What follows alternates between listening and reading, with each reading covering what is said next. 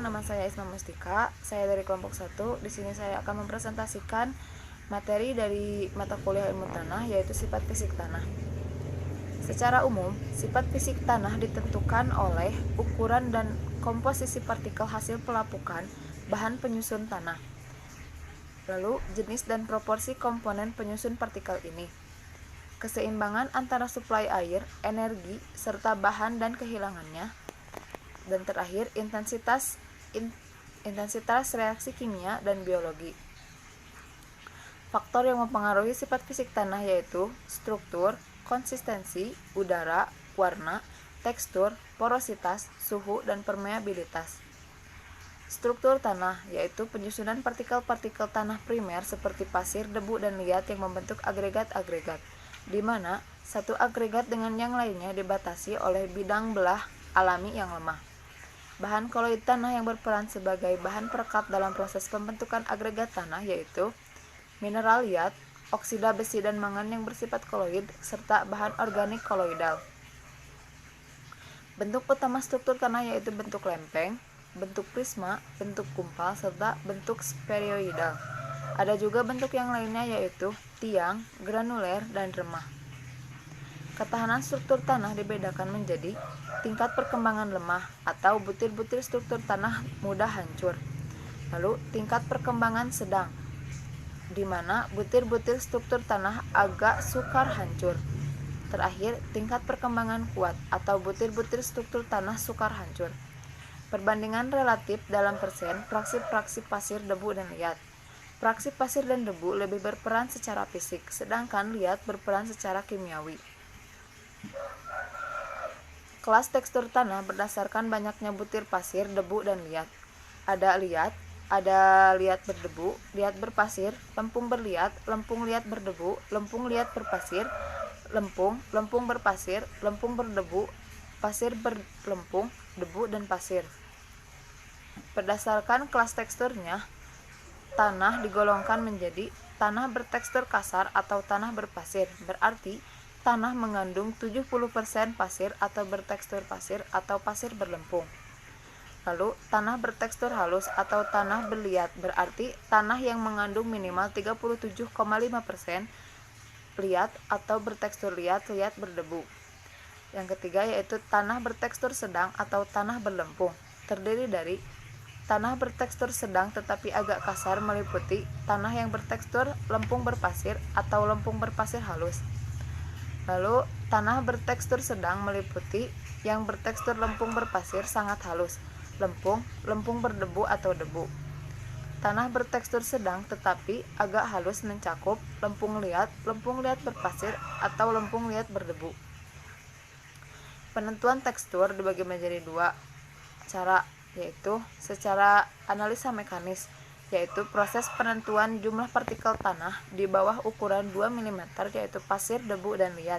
Salah satunya menggunakan metode pipet. Yang kedua yaitu penetapan kualitatif di lapangan dengan metode perasaan. Tekstur tanah berhubungan dengan plastisitas, permeabilitas, kekerasan, kemudahan olah, kesuburan, dan produktivitas tanah. Yang selanjutnya yaitu konsistensi tanah. Tanah yang mempunyai konsistensi yang baik pada umumnya mudah diolah dan tidak melekat pada alat pengolahannya. Keadaan tersebut ditunjukkan dari daya tahan tanah terhadap gaya yang akan mengubah bentuk. Gaya yang akan mengubah bentuk tersebut misalnya pencangkulan, pembajakan, dan penggaruan. Faktor-faktor yang mempengaruhi konsistensi tanah meliputi tekstur, sifat dan jumlah koloid organik maupun anorganik, struktur, serta kadar air tanah. Sekian materi yang dapat saya sampaikan. Mohon maaf apabila masih ada kesalahan. Selanjutnya materi akan dilanjutkan oleh rekan saya yang bernama Muhammad Haikal Lubis. Terima kasih. Wassalamualaikum warahmatullahi wabarakatuh. Presentasi dari Isma Mustika yang membahas tentang sifat fisik tanah. Kami dari kelompok 2 akan membahas sifat fisik tanah. Anggotanya yang terdiri dari Isma Mustika, ada Ahmad Syahid, Muhammad Lutfi Hidayat, kemudian saya sendiri yaitu Muhammad Haikal Lubis. Sifat fisik tanah yang selanjutnya yaitu porositas.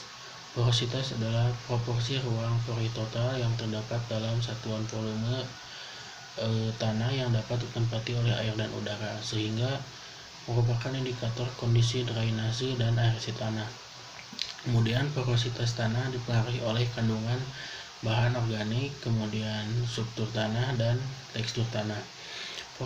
Porositas tanah berkaitan erat dengan kerapatan isi, kerapatan zarah, dan presentasi pori. Kerapatan isi adalah berat persatuan volume tanah kering open, biasanya ditetapkan sebagai gram per cm kubik. Kemudian kerapatan zarah atau partikel density yaitu berat tanah kering, persatuan volume partikel-partikel pada tanah yang tidak termasuk ke dalam pori-pori tanah. Kemudian presentasi tanah tersebut yaitu 100 kurang kerapatan isi bagi kerapatan zarah kali 100%. Tanah yang poros berarti tanah yang cukup mempunyai ruang pori untuk pergerakan air dan udara masuk keluar. Bila tanah yang di bawah memiliki pori yang sangat kecil sekali, ruang pori-porinya akan sangat kecil dan sebaliknya. Kepentingan dari adanya porositas tanah yaitu kapasitas tanah memegang air, kemudian pergerakan air dan udara dalam tanah itu di dalam porositas tersebut. Dan yang kemudian udara ini sifat fisiknya cuman bagian dari sifat fisik tanah tersebut. Terbatasnya udara dalam tanah akan menghambat pertumbuhan, kemudian perkembangan akar tanaman, pernapasan akar, penyerapan air, kemudian unsur hara dari dalam tanah. Aktivitas desa-desa hidup pun di dalam tanah tersebut. Komposisi udara di dalam tanah yaitu bila dihitung N2 atau nitrogen yaitu sekitar 79,2%, NO2 atau karbon dioksida oksigen yaitu sekitar 20,6%, kemudian CO2 yaitu atau karbon dioksida yaitu 0,25%. Sedangkan di atmosfer persentase tersebut berbeda, yaitu N2 yaitu nitrogen sekitar 79%, kemudian O2 atau oksigen 20,79%, kemudian CO2 itu 0,03%. Kemudian sifat fisik yang selanjutnya yaitu suhu tanah. Suhu tanah berperan penting dalam mengelola atau mengendalikan aktivitas jasad hidup baik tanaman ataupun kegiatan biologi tanah. Suhu berperan pula dalam menentukan reaksi-reaksi kimia, sifat fisik atau sifat kimia atau sifat biologinya. Kemudian panas yang diterima tanah melalui radiasi matahari akan hilang melalui penguapan radiasi ke dalam atmosfer. Kemudian sebagai radiasi gelombang panjang tersebut, suhu tanah dapat dikontrol dengan pembuangan air berlebihan, dengan pembuatan parit-parit drainase, perlindungan tanah dengan tanaman menggunakan mulsa. Dan yang selanjutnya sifat fisik yang di dalam tanah yaitu warna tanah. Bila warna tanah tersebut dapat diukur dengan suatu alat atau ada kertasnya yang bisa menentukan si tanah tersebut berwarna seperti apa dan karakteristiknya seperti apa. Warna tanah tersebut dengan akurat dapat diukur dengan 3 sifat tanah standar menurut Soil Municipal Culture. Yang pertama indikatornya itu HU atau HU itu warna spektrum yang dominan sesuai dengan panjang gelombangnya dibedakan menjadi 5R, kemudian 7,5R, 10R, kemudian 2,5YR, kemudian 5YR, 7,5YR, dan 10YR. Kemudian yang kedua itu value.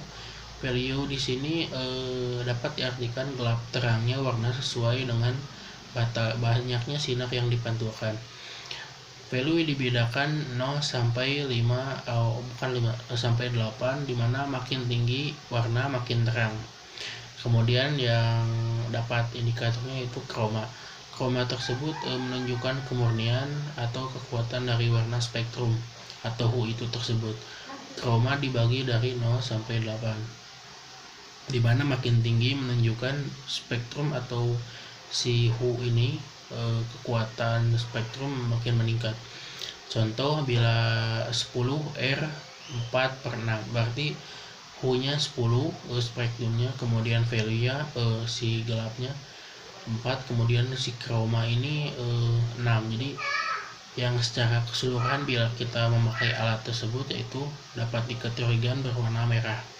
Kemudian yang kedua, yang selanjutnya itu permeabilitas tanah. Permeabilitas tersebut dapat diartikan kemampuan tanah untuk mentransfer air dan udara. Permeabilitas di sini biasanya diukur dengan istilah jumlah air yang mengalir melalui tanah dan waktu tertentu dan diterapkan sebagai inch atau per jam. Sekian presentasi dari kelompok kami. Mohon maaf bila ada kesalahan dan kekurangan. Kami masih dalam tahap pelajaran. Sekian, terima kasih. Akhirul kalam. Wassalamualaikum warahmatullahi wabarakatuh.